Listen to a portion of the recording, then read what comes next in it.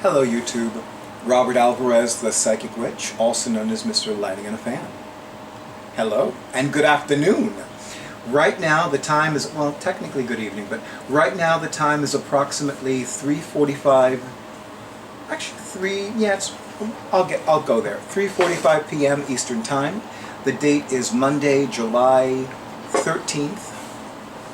Yes, Monday, July 13th, 2020. The moon...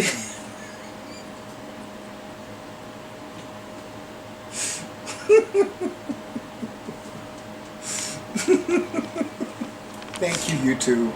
I needed that laugh. I think a lot of us needed a big laugh today. So, this is, every once in a while, I'll have the honor and pleasure of having my awesome audio-visual person for my YouTube videos do the weekly draw videos. And, you know, I really do enjoy the weekly draw videos. And so far, my schedule has not been so abundantly full that I can continue doing it virtually every week. So let's see how long that continues. But in the meantime, let me tell you about the wonderful tea that I'm drinking. And it is a Bigelow tea. Believe it or not, I do drink other teas besides Twinings. Hard to believe, but it's true. This one is called Wild Blueberry with Acai. A mouth-watering, and it is mouth-watering, combination of sweet wild blueberry and acai flowers. And I'm going to have my awesome audio-visual person do a close-up of the box. When I first saw this at my local ShopRite supermarket last Thursday, I remembered a place that I first discovered one of the first times that I began going to the East Village, you know, in the vicinity of East Houston Street. And it was called Kiss My Acai. As opposed to Kiss My Ass, it was called Kiss My Acai, which is the correct pronunciation of, you know, A-C-A-I with, I forgot the name of that accent, but it's an accent, you know, punctuation mark for different languages. Anyway, I know that was so eloquent, I know. Anyway, Kiss My Acai. I need to find out if it's still in existence. If it is, I look forward to returning. It was primarily a cafe. You know, they sold smoothies and milkshakes and coffee beverages, and I think they had a few pastries. But it was primarily a combination of organic, fair trade, non-GMO, and gluten-free. And this was at a time when it was not as popular as all of those categories are today.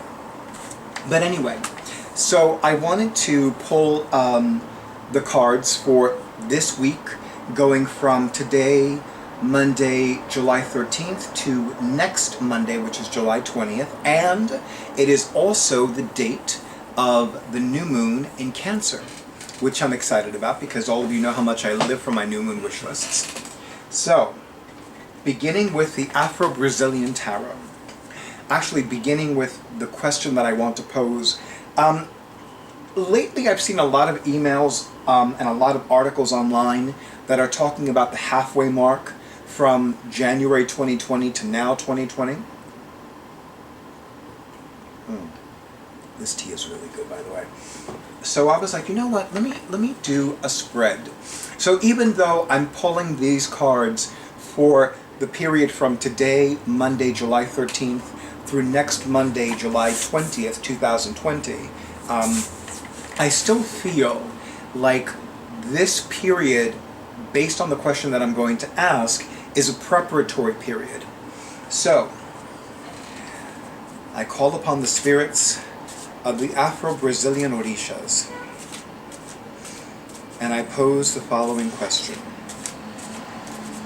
What do we need to begin eliminating from our lives and our worlds so that we can make the best of the remainder of 2020? And I'm going to pull this card because it kept like springing up.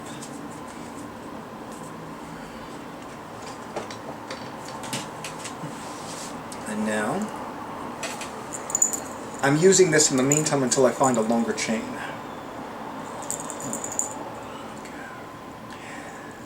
As I place this talisman around my neck And on my person, I call upon the spirits of the woman rooms. And in your presence of your power, I ask, what do we need to begin eliminating from our lives and our worlds to make the most and bring the best of 2020? Isis, we will happily help you if you let us. If you let us help you. And she goes to the back of my desk. Okay. So, I'm going to do one card at a time. I'm going to have my awesome audiovisual person do a close-up of the front of the card first. And then I'm going to have him do a close-up of the back of the card. Don't want to look at the card just yet. And then I'm going to look at the card and interpret it. Ace of Cups, Ace of Chalices. So, what we need to begin eliminating from our lives and our worlds to make the most of the remainder of 2020, the year of a solid, balanced foundation, an emperor year, is anything that prevents us from living in divine love. So any relationships that no longer serve your needs, that are no longer divinely loving, any situation, whether it's a position of employment or a service that you offer or a whatever, that is not bringing you the divine love that you so richly desire and deserve, that is what you need to begin eliminating from your life and from your world. And I've often interpreted the Ace of Cups as new love energy. And it's not a coincidence that the Ace of Cups corresponds to the date of the summer solstice, which in my part of the world, you know, we're still in that summer solstice or Litha or midsummer vibe, if you will. Okay, so now with the woman rooms, I'm going to have my awesome audiovisual person do a close-up of the card. I'm also going to have him do a close-up of the back of the card. And then I will look at the card, and then I will interpret the card. The Tool. And it depicts a shovel. So, you know, for me, I'm looking at this very elementally. So with that being said, this is a good time to work with, I'm sorry, I have an itch.